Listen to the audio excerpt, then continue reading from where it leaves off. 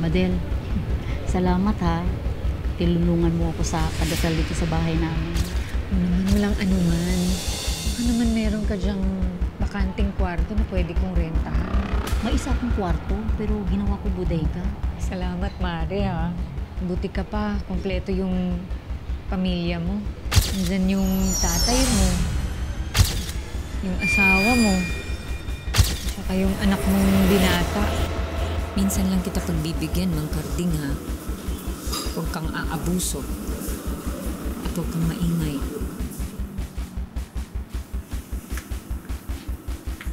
Papalit na ako. Baka may gusto kang ipaplansya. Busot kasi. Ano, nabitin ka ba kagabi? Ikaw eh. Pinasasabik mo. May buti hindi tayo nahuli ng asawa. Oo. Alam ko kung anong ginagawa niyo ni tatay. Sinisira mo ang pamilya namin. Anong gagawin natin? Para manatiling sikreto ang alam natin.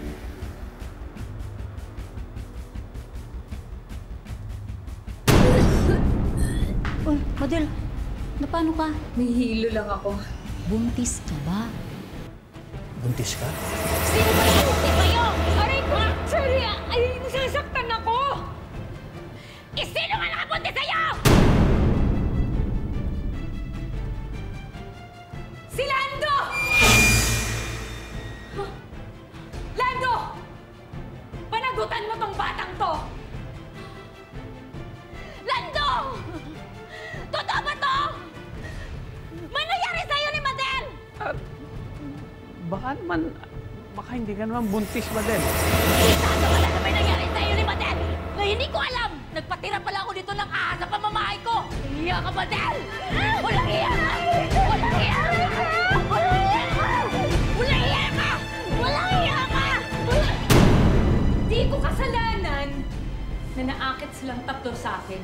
Ha? Palibhasa kasi, manang ka. Losyang ka na.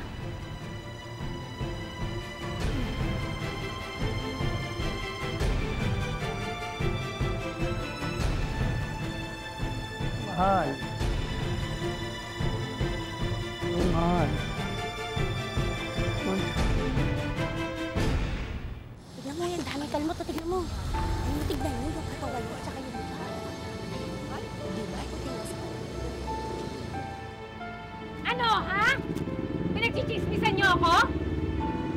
O sige, para hindi na kayo mahirapan mag-imbento ng kwento. Oo, buntis ako! At si Lando ang tatay. Sa tingin niyo ba may pake ako? Ha? Hindi naman kayo nagpapakain sa akin. Oo, hindi kami nagpapakain sa'yo. Kasi yung pamilya ni Cherry ang pineste mo. Wala kang patawad. Ah, ganun ha? Mga chismosa kayo. Chismosa kayo. Mga chismosa kayo! O ano? Ha? Ayaw niyo tumigil? Ayaw niyo tumigil, ha? Ayaw niyo tumigil? Ha? Peste! Madel, tama na! Tumiwalag na ako sa samahan namin sa simbahan dahil sa kakahiyan na ginawa mo sa pamilya namin. Ikaw naman kung magsalita. Parang akala mo naman, ako lang may kasalanan. Ha? Bakit? Binantis ko ba sarili ko? Sige. Di na kita sisingilin sa bahay mo sa renta. Kailan ka alis? Pwede ba? Mayas ka! Kapal na mukha mo!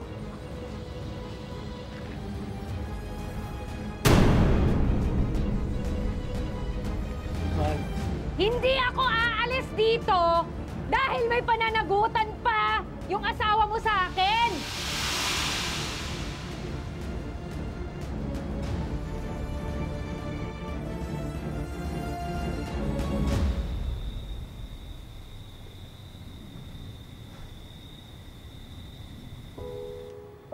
Panginoon, tulungan niyo po ako magpatawad.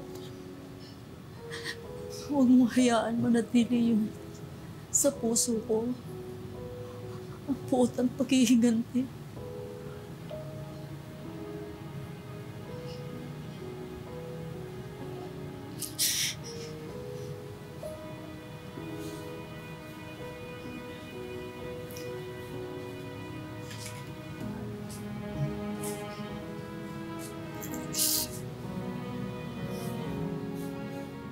Mahal.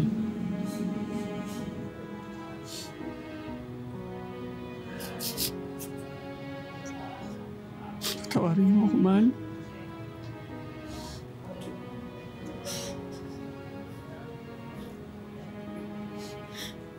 Hindi ko alam, Lando. Dinadaan ko na lamang sa dasal. Habang nakikita ko yung bunga ng pagtataksil mo sa akin. Hindi ko alam kung mapatawad pa kita.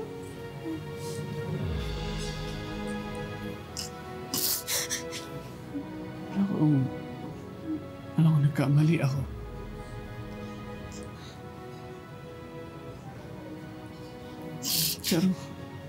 Pero hindi ako yung ama. Pinagbubuntis ni Manel. Ano ibig mo sabihin? Oo, nagkasala ako sa'yo. Naging malamig tayo sa isa't isa, kaya natukso ako kay Madel. Hindi kami umabot, tinapos ko. Hindi kami umabot doon sa para magbuntis siya. Dahil mahal kita. Mahal kita. Makonsensya ako, mahal kita. Eh kung ganun, sino? Kung ganun, walang ibang kandidato sa pagkatatay nitong dinadala ko, kundi ikaw, Lloyd. Anong ako? Ikaw ang tatay nitong dinadala ko.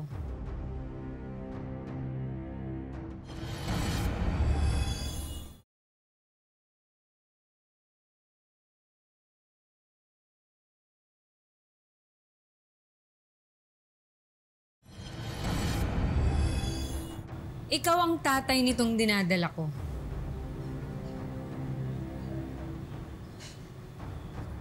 Tulungan ka! Teka, Sheila. Teka, bakit ako?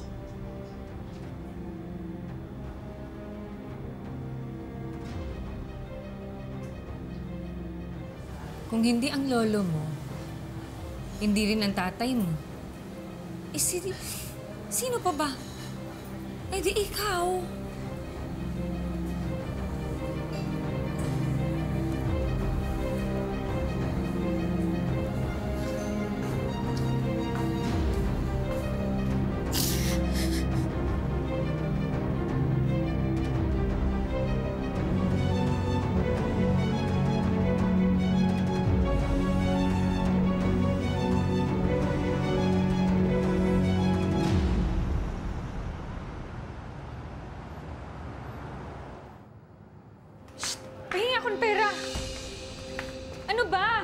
Wala akong pera. Alam mo na, estudyante pa lang ako. Pahingin pera. Wala nga. Estudyante pa lang ako eh. Kakabigay ko lang sa'yo ng isang araw ah. Sabi mo, papacheck mo yung pera. Eh, may nararamdaman ako ulit eh. Alam mo kung may mangyaring masama dito sa batang to? Kayo. Kayo may kasalanan.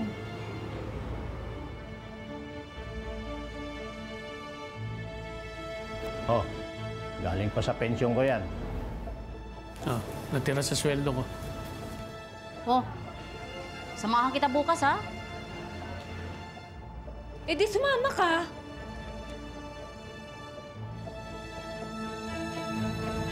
Opo. Delivery. Parcel, Miss Madeline Santos.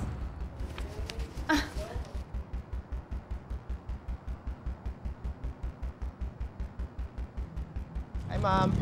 Parcel po. Magkano, kuya? 750, ma'am. 750. Okay. Ito. Keep the change. Thank you po, ma'am. God bless po. Okay. Tagal ko nang iniintay ito.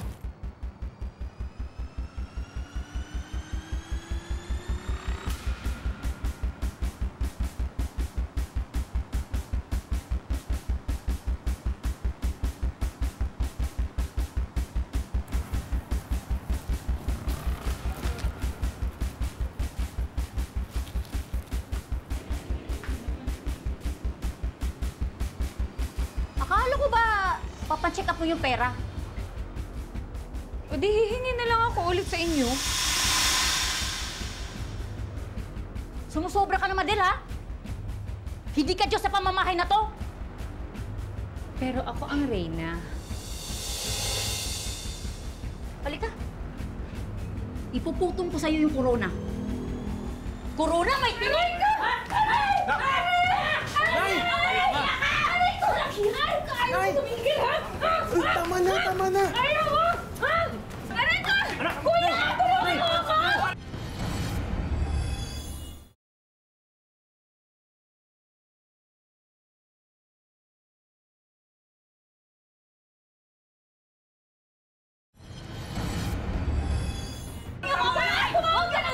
Tama na! Nay! Tama na! Tama na! Tama na! Kuya, natin! Walang hiya ka! Tama na! Tama na! Kasalanan ko to lahat! Sinira ko ang buhay ko! Ginulo ko ang pamilya natin!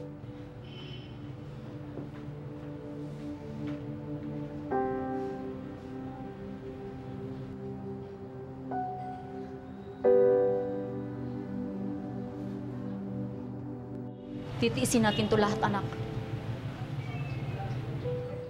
May dahilan kung bakit nangyari ito. Hayaan niyo. Pagpanganak ni Madel, palayasin ko na yan dito.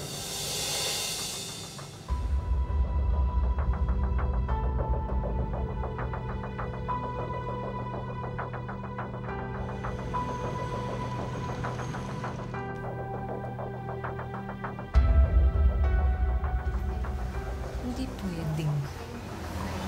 Alis na lang ako dito ng ganun-ganun na lang. Saan ba yung pera?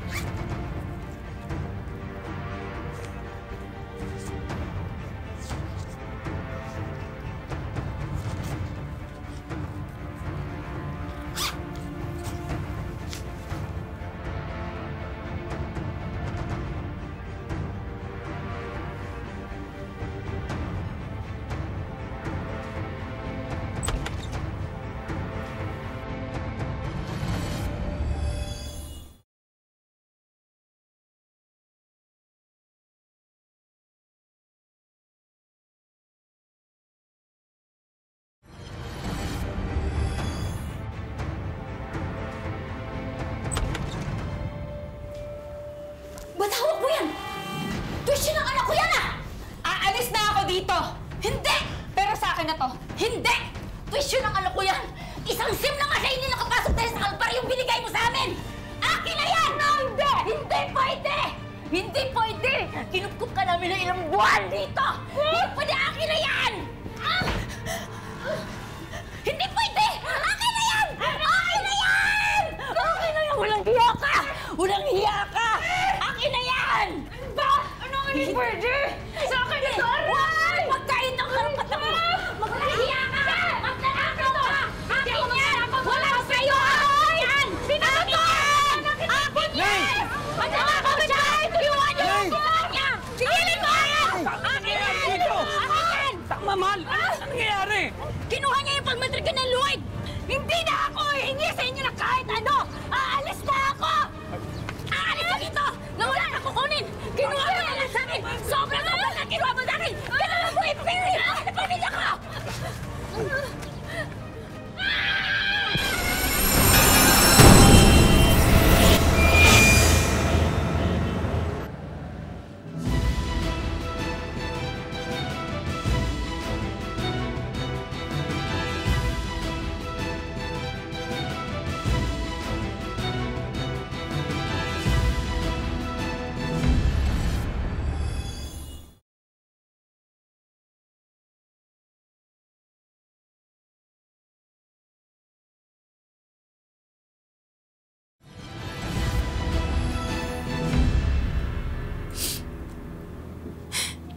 Alam ng Diyos, Madel,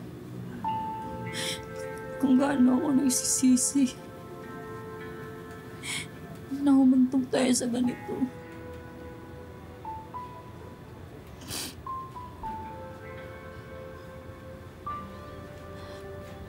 Mahal lang. Hawakan mo siya, Meg.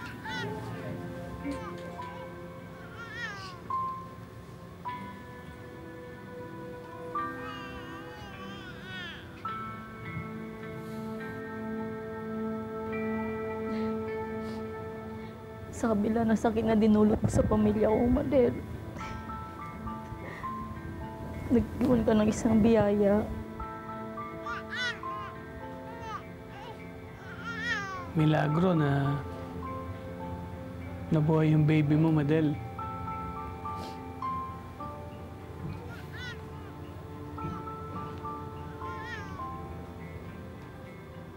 At kahit wala ka na, aalagaan naming mabuti ang anak mo.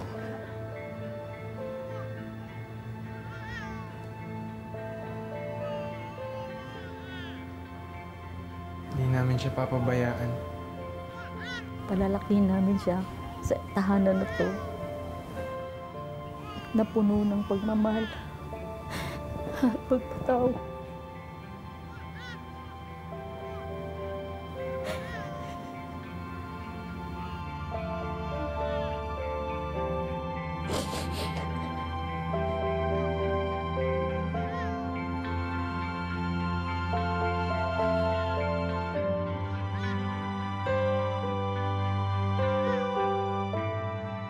Isang paalala ang kwento ni Cherry na walang masamang tumulong sa kapwa.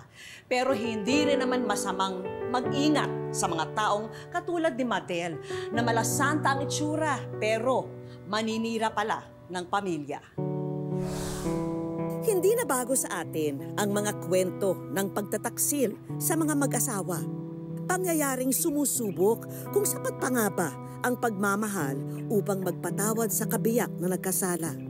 Ito ang kwento ni Mona. Umuwi ako ng Quezon. Doon ako sumigaw. Doon ko iniiyak. Doon ko inaano lahat yung sama ng loob ko. Sabi ko, Lord, bakit? Parang nagtanong ako, Lord, bakit? Ano na naman itong pagsubok na dumating sa buhay namin? Sakit. Siyempre masakit. Sobrang sakit. Kaya nga, sinigaw ko. Hindi ko naman akalain na gagawin niya. Nadala lang ng gano'n, mga kasamahan sa trabaho. Wala naman talaga silang affair, kumbagay one night stand lang na hindi naman akalain niya na mabubuo yung bata. Pero may mga ekstraordinaryong pagkakataon na ang bunga ng isang kasalanan ay nakukuhang tanggapin ng taong pinagtaksilan. Ang sabi nga nila, ang bilis mo namang magpatawad. Sabi ko, ang Diyos nga, hindi naman ako Diyos para hindi. Matagal ko na siyang napatawad.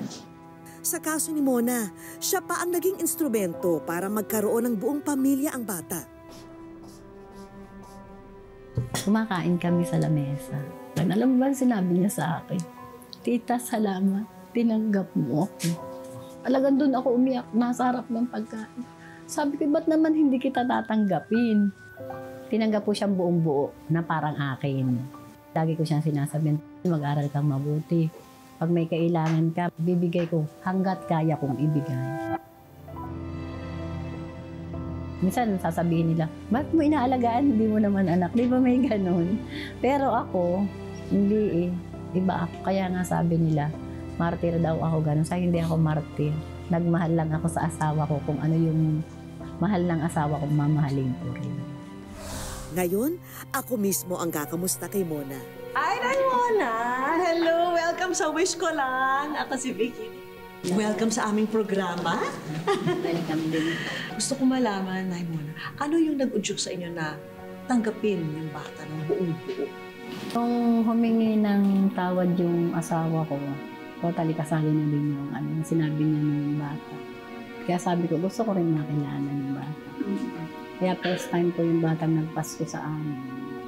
Doon po namin siya nakilala. Hindi niyo naisip na hiwalayin yung asawa niyo dahil sa nagawa niya? Hindi po ako nag-isip.